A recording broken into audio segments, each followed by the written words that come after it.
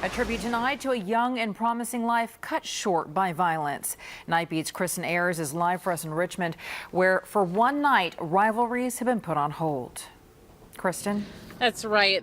Tonight, about 500 people filled the plaza here in Richmond at City Hall, calling for peace tonight during a week in which there were 5 shootings and 1 homicide, leaving this community shaken.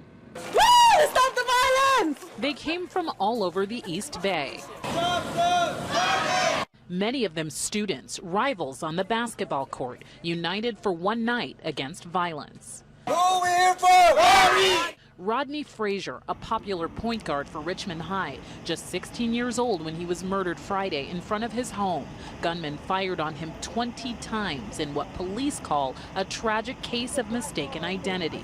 They stopped him that night and asked him, was he with a gang or whatever, and they shot him. His mother, still grief-stricken, was touched by this show of support. Hundreds of candles lit. The short life of Rodney Frazier made a difference. Thy will be done. Doves released in her son's honor. I still don't believe it. Until I see my son laying in that casket, I'm not going to believe my son is dead.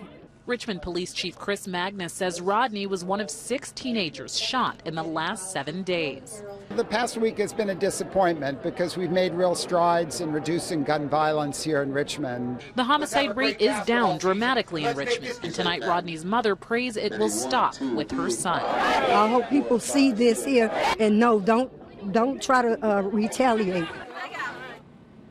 The investigation is continuing tonight. Rodney's mother told us his body has not been released to her. She is hoping to plan services for him as early as this weekend. Veronica. And Kristen, you mentioned that the investigation is coming along. Have the police given you an update? What more are they telling you?